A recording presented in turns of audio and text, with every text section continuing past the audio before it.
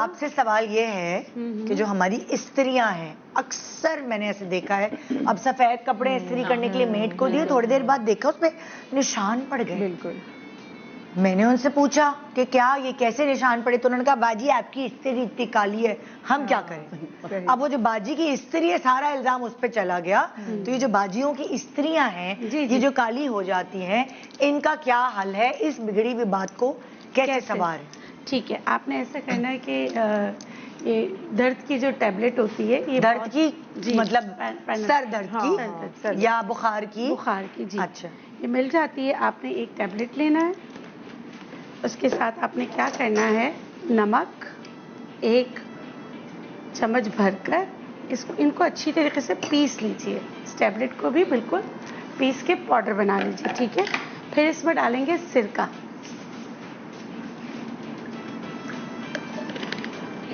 सिरका भर के डालना है। आपने टैबलेट को पीसा और उसके अंदर सिरका डाल दिया है ना? जी, टैबलेट को पीसा, नमक और सिरका, ठीक है। इनको डिसॉल्व कर लीजिए, इसको गरम कर लीजिए।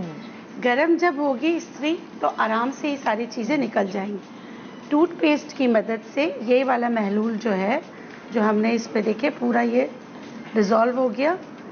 और आपकी स्त्री गरम होनी चाहिए।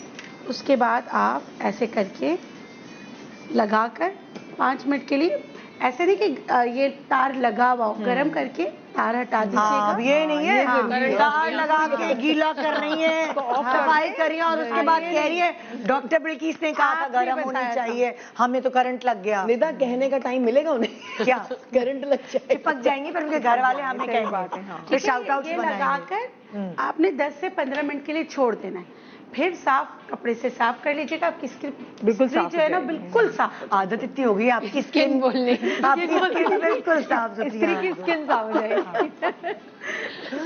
अच्छा, रिपीट करें जरा जब तक मैं अपना ब्लश ऑन लगा लूं। हाँ जी, आपने लेना है पैनाडोल की गोली या डिस्प्रिन की गोली मिल जाती है, तो आप 2 टैबलेट वो ले लेंगे, या पैनाडोल 1 टैबलेट ले लेंगे।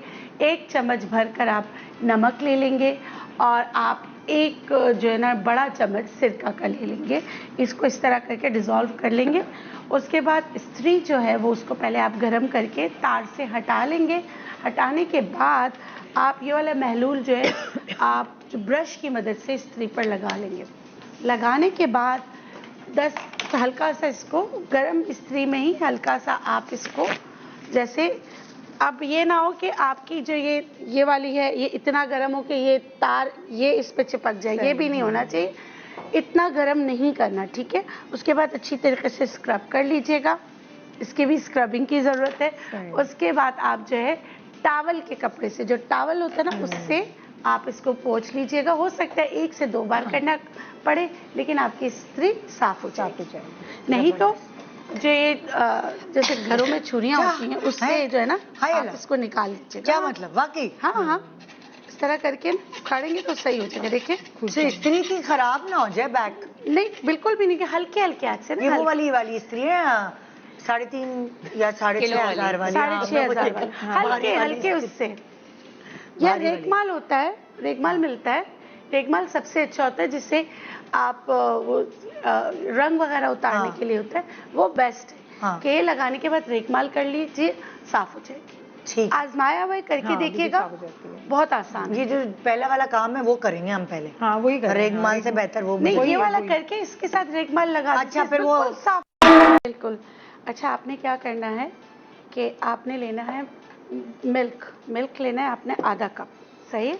अच्छा, अगेन ये डेयरी मिल्क लेना है, जो डब्बे का है वो नहीं लेना, ठीक है, सही है। आधा कप ये ले लिया। नमक डालिए इसमें 2 चम्मच, ठीक है। इसको मिक्स कर लिया। और जो हम वो ऐसा होता है ना कि जैसे कपड़ों से खुशबू आए, धोने के बाद फिर हम उनमें सोक करते हैं, वो वाला डिटर्जेंट जो मिलता है वो आपने लेना है। थोड़ा सा डाल दें जी, वो आपने लेना है 1 चम्मच। इनको अच्छी तरह मिक्स किया। आपने अपना कपड़ा धोने के बाद इसमें सोक कर दिया, तो आप देखिए इसमें एक बहुत अच्छी चमक आ जाएगी। और जो इसमें वो होगे ना, जैसे अगर दाग धब्बे लग गए होंगे तो वो भी निकल जाते हैं, छोटे मोटे। नमक और ये जो डिटर्जेंट पे हम डालते हैं लास्ट में खुशबू के लिए जो डालते हैं, मिलता है मार्केट में वो, और मिल्क। और अगर इस पे मतलब कोई भी दाग धब्बे लग गए होंगे, सोख करके रख दें आप।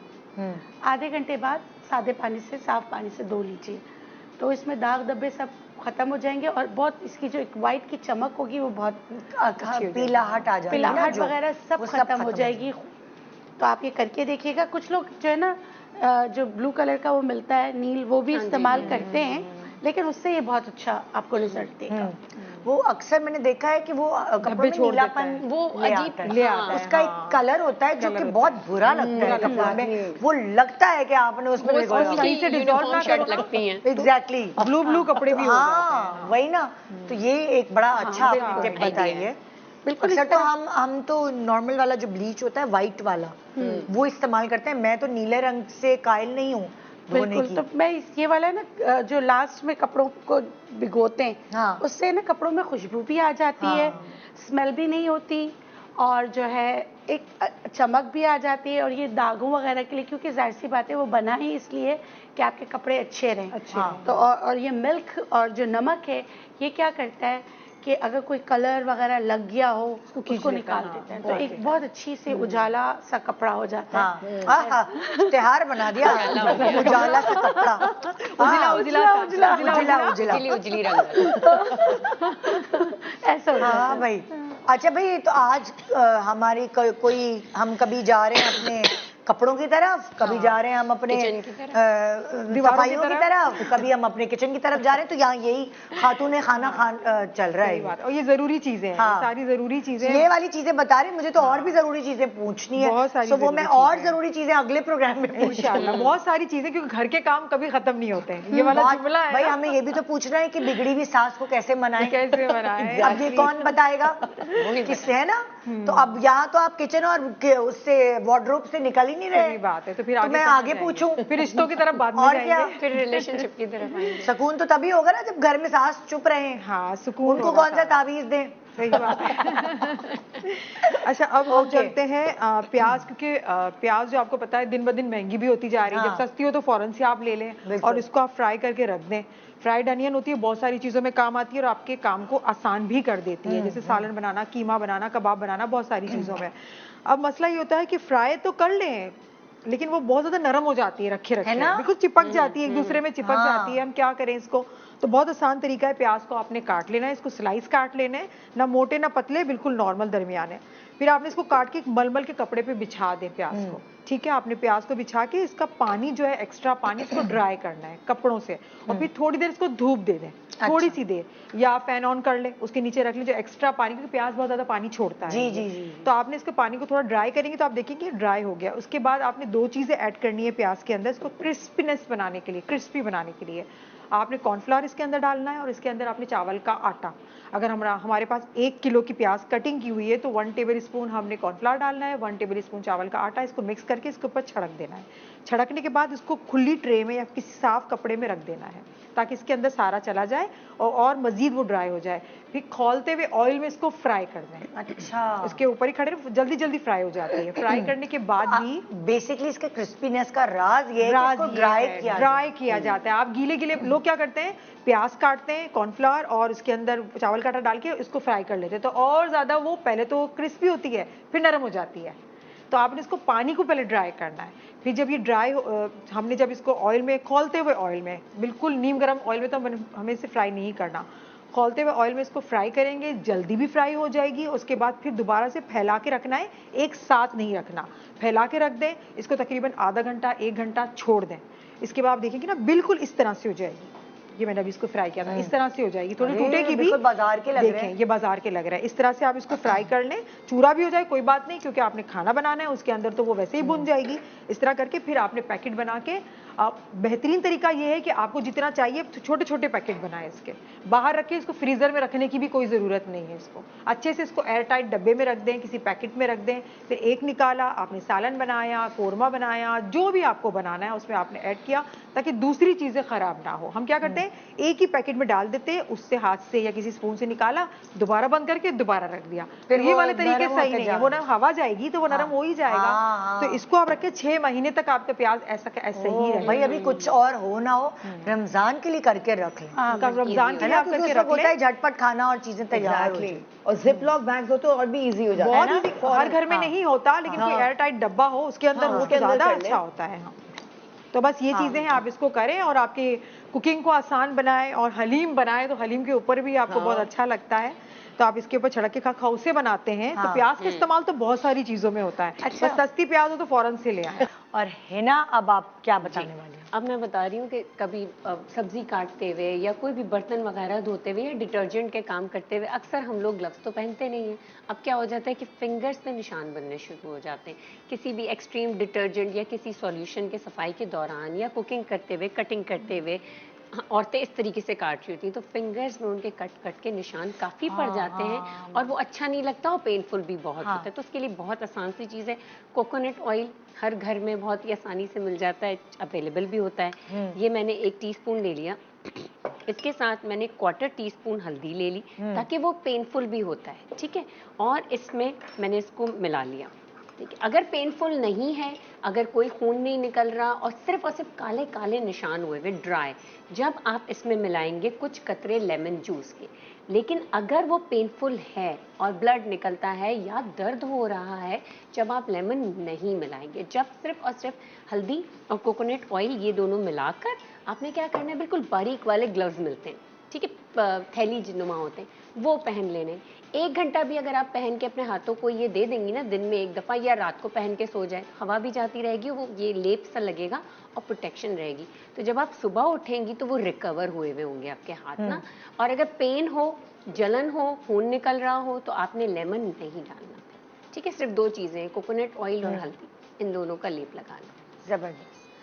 अच्छा भैया, अब हमारे किचन की तरफ, और किचन में खाने पीने की बातें होती हैं, मगर खाने पीने की बातों में भी कोई गड़बड़ हो जाती है। एग्जैक्टली, गड़बड़ अक्सर हो जाती है ना? कभी खीर बहुत ज्यादा मीठी हो जाती है तो कभी बहुत ज्यादा फीकी हो जाती है। आपको पता है, जब मेरी शादी होने वाली थी तो अब एक लड़का लड़की के घर जाया जाता है। सो हम पहली दफ़ा जब यासर के घर गए तो उनकी बहन ने खीर बनाई थी, और उनकी बहन ने जैसे ही खीर सामने रखी, वो नीचे से पूरा मिट्टी का बर्तन था वो सब टूट गया, क्योंकि उन्होंने गरम गरम खीर उसके अंदर डाल दी। वो सेंसिटिव हो गया। हाँ, और वो फिर वो जैसे ही उन्होंने रखा, ठड़ करके, अल्लाह ये क्या हुआ, तो पूरी खीर, पूरी जाया मेहनत। हाँ, मेहनत सारी। हाँ। अच्छा, कुछ लोग ये होते हैं कि ज्यादा मीठा हो जाता है खीर, तो हमने क्या करना चाहिए उसके लिए, ये हमारे पास होता है फीका खोया, ठीक है। कुछ मीठा खोया भी होता है तो हम फीका लेंगे। इसके लिए हमने ये लिया 3 to 4 टेबलस्पून, ठीक है। इसमें हमने क्या करना है, 1 कप दूध लेना है।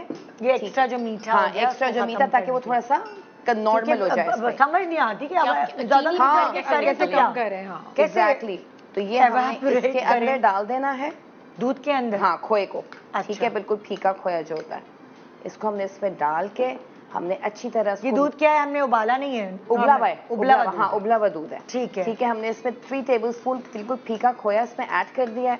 इसको अच्छी तरह हिला के, और जब खीर को हम दोबारा से हल्का सा नॉन स्टिक पैन में डालेंगे, फिर ये ऐड कर देंगे, मिक्स कर देंगे, तो गरम करेंगे हाँ, खीर को, गरम करेंगे उसके खीर को, साथ मिक्स हाँ, करना। हल्का सा ओके। सिमरिंग पे रखेंगे, फिर यही चीज आपने खीर के अंदर डाल देनी है। ओके, पूरा जैसे- डाल दें? पूरा, मतलब 1 गिलास अगर ये मिल्क है तो उसमें 3 टेबलस्पून फीका खोया मिक्स करके आपने वही चीज खीर को पकाएं, थोड़ा सा हल्का उसमें सिमरिंग पे, और ये ऐड कर दे, तो इससे जो मिठास होगी वो कम हो जाएगी। Very good. और दूसरी बात देता क्या होती है, जैसे मतलब चीनी कम भी होती है ना, तो क्या करते हैं, घर में कोई भी मिठाइयाँ होती हैं, हाँ, कलाकंद हो गई, तो वो भी आप लोग मैश करके इसमें डाल दें पकाते वक्त, तो वो और भी मतलब टेक्सचर भी अच्छा हो जाएगा और टेस्ट भी अच्छा हो जाएगा, मिठास भी आ जाएगी। खीर में अगर वाकई कलाकंद वगैरह हाँ, कोई मिठाई क्योंकि डालें, मिठाइयाँ अच्छा आती लगता हैं, है। हाँ, बहुत मजे की, क्योंकि फ्रीज होती है मिठाइयाँ, क्योंकि कितनी आप मिठाइयाँ खाते हो, हाँ। तो वो तो फ्रीज होती है, रखी ये भी होती बहुत है। अच्छा आइडिया दे हाँ, और जैसे जलेबी होती है, अब जैसे ईद आती है, कितने हाँ। लोग मिठाई के डब्बे ले आते हैं, आते हैं, आप तो नहीं exactly। खा सकते, कितने खाएंगे, कितना आप जो सवैयां या मीठा या कुछ मीठा भी बनाते ऐसे हो उसके बना अंदर रहे ऐड कर ले, हैं, है ना? शाही टुकड़ों में भी आप ऐड कर सकते हैं। बिल्कुल, जैसे जलेबी भी होती है, वो भी मीठी होती है, तो आप क्या करें, जलेबियां काफी सारी आ गई, आपने फ्रीज भी कर ली, आपने कस्टर्ड बनाया, जलेबियों को एक पैन में फ्रोजन मतलब सर्विंग पैन में डाला, जलेबियों को